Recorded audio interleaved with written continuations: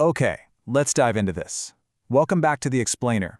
Today, we're unpacking the 500-year-old secrets of history's most mysterious, complex, and honestly, kinda cursed mind, Leonardo da Vinci. You know, we usually just picture him as a painter, right?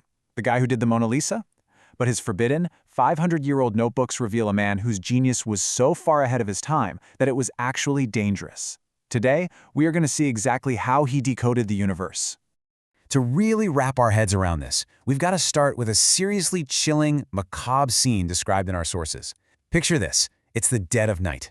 A 100-year-old man is taking his final breaths, and the absolute second he passes away, a man with a flowing white beard, Leonardo, steps right in.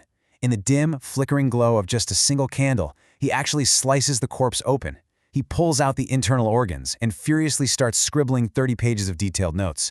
But get this, he doesn't write normally. He writes entirely in reverse, from right to left.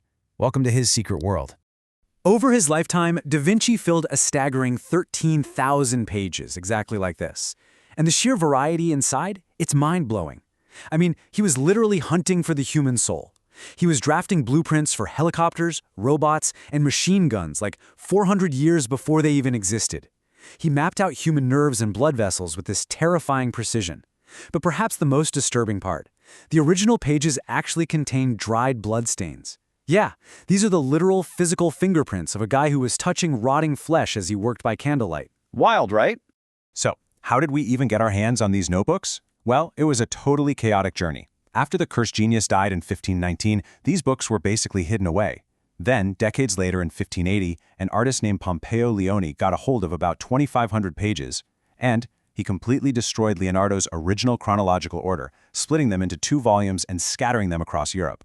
It wasn't until way later, through the 1800s and finally in 1938, when Ludwig Heinrich Heidenreich published his book, that scholars managed to piece the fragments back together and reveal the true face of Da Vinci to the modern world. Now, what's really interesting about this slide is what happened when scholars finally decoded all that reverse handwriting. They found 3 incredibly chilling patterns. First, his anatomical drawings openly contradicted the Bible, like his highly accurate sketches of a fetus inside the womb. Second, his designs for these massive, deadly weapons, they had intentional flaws baked right into them. Think reversed tank gears that would literally stop the machine from working if someone blindly tried to build it. And third, they found hundreds of half-finished artistic masterpieces, many covered in those dried bloodstains we mentioned. He was encrypting his work and leaving things unfinished on purpose. But why? The answer lies in the absolute, terrifying power of the 16th century church in Italy. Going against biblical teachings wasn't just frowned upon, it carried deadly consequences. Just to put it in perspective, in 1600, Giordano Bruno was literally burned alive just for claiming the sun was the center of the solar system. Galileo? Imprisoned in 1633 for the same heliocentric beliefs. And Da Vinci himself was already declared anti-religious by 1513. So if his discoveries about the human body or his proofs about the solar system had been published, he almost certainly would have faced a horrific execution. He wasn't writing in reverse because it was a fun quirk. No, he was forced into secrecy. It was literally a matter of life and death. To really understand this intense fear and isolation, we have to look back at his tragically cursed origins. Born in 1452 as an illegitimate child in Vinci, he was completely denied a formal education, no family inheritance, and to make matters worse, he was left-handed, which the church back then literally branded as a mark of the devil. Talk about being a doomed boy. But this total isolation forced him to adapt. Without a formal, traditional voice, the young boy adopted observation as his language. He didn't just look at nature, he looked inside it. He turned extreme pattern recognition into an absolute superpower because it was the only way he could interact with a world that had completely rejected him. And this intense pattern recognition, it showed up early. At just 12 years old, while just staring at a tree, he figured out a pure mathematical principle that science today actually calls Leonardo's rule. It's a principle of conservation of network flow. Basically, he realized that if you combine the size of all the tree's branches, it equals the exact thickness of its trunk. The flow of sap going in perfectly matches the flow moving out. Now, what you should take away from this is just how universal this guy's mind was. Because this exact same mathematical principle, it governs how human arteries distribute blood, how cities manage traffic, and even how data flows through the internet right now. How crazy is that? His observations certainly didn't stop at biology, though. He was out there decoding physics, too. Staring at the mountains of his hometown, a 13-year-old Leonardo noticed that distance actually changes how we perceive objects. Instead of drawing sharp, hard lines, he realized that optical scattering causes distant objects to shift toward blue and gray.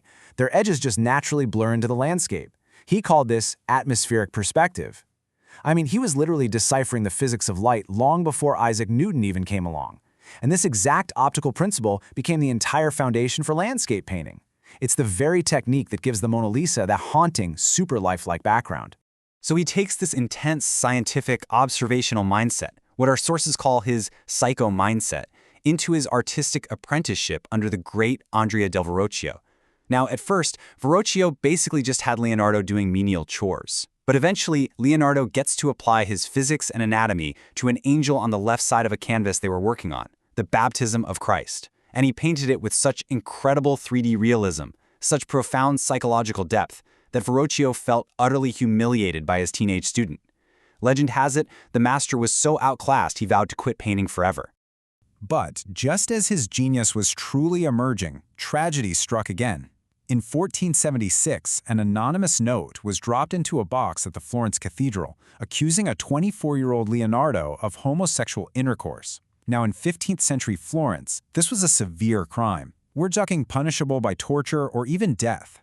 Because the incident involved an aristocratic family, Leonardo narrowly escaped with his life. But the damage, it was permanent. The public shame and societal rejection completely shattered his identity. He essentially became an outcast, a pariah, in the exact city he was trying to conquer. This trauma completely changed him. He locked himself away in his house for 4 years. The notebooks became his only true companions. As he wrote in his own words, "I isolate myself so that the failure of the world cannot reach me." Let's just pause and let that sink in. He poured his entire existence, his deepest fears, and his unyielding curiosity straight into those pages. The notebooks were no longer just sketchpads anymore. They became the real-time evolution of a deeply wounded genius, just trying to make sense of a hostile universe. So the crucial point is that this extreme isolation bred an absolute obsession with the truth. He realized that, as he put it, the greatest deception men suffer is from their own opinions. From this point on, he didn't just want to collect information. He wanted to decode absolute reality. He wanted to understand what it meant to be human from a purely mechanical, scientific perspective, completely stripped of human bias and fragile opinions. This intense drive for absolute truth led right into his almost morbid anatomical obsession, starting around 1489. Because the church strictly forbade it, he began illegally smuggling and dissecting corpses. He actually cut open human skulls. He scooped out the brain just to map out its 4 precise internal ventricles, searching desperately for the physical location of the human soul. Now, he didn't find the soul, obviously, but his drawings functioned almost like an MRI machine, literally 500 years before the thing was invented. Through all this, he discovered that the human body isn't just flesh, it's an intricate system of living equations and perfect mathematical ratios. And he applied that exact same mathematical rigor to light. If you compare him to his contemporary Sandro Botticelli, you really see the difference. Botticelli relied on strong outlines and clear borders to separate his characters from the background. But Leonardo, he realized that in nature, light doesn't actually create hard, sharp lines. He essentially figured out the inverse square law, how light naturally decays over distance, and invented a technique called sfumato. It's this brilliant illusion where rough edges melt smoothly into the shadows. Da Vinci wasn't just painting pretty pictures, folks. He was rendering the raw physics of light onto a canvas to create unprecedented photorealism. And this brilliantly illustrates the massive, unresolved paradox of his life. Historians have essentially found 2 completely different men inside these notebooks. On one hand, you have the peaceful creator, a deeply empathetic vegetarian who loved animals so much he would go to the market, buy caged birds, and just set them free. But then, on the exact other hand, you have the architect of death, this fiery, brilliant mind, filling hidden pages with terrifying weapons of mass destruction. We're talking blueprints for empire-destroying weapons, giant crossbows, and armored tanks designed specifically to crush human bodies. This intense inner conflict seemed to haunt him right to his dying breath. Think about the tragic irony here. Despite uncovering the mysteries of biology, physics, engineering, and art, despite dragging human knowledge 400 years into the future on the pages of his notebooks, Leonardo da Vinci died deeply unfulfilled. In his final days, the man whose unparalleled observational superpower changed the world forever Look back at his half-finished paintings and his encrypted notes, and he actually declared his own life a massive failure. It leaves us with a profound, honestly kind of uncomfortable mystery. How could a man who risked torture and execution to meticulously dissect the human body in search of the soul also build the very war machines designed to rip that soul from the earth? Leonardo da Vinci decoded the universe, but perhaps the one thing he could never fully decode was himself. So what do you think drove this incredible divide in his mind? Think about that as you go about your day. Thanks for joining me on this explainer, and I'll catch you next time as we continue to unpack the world's most fascinating source materials.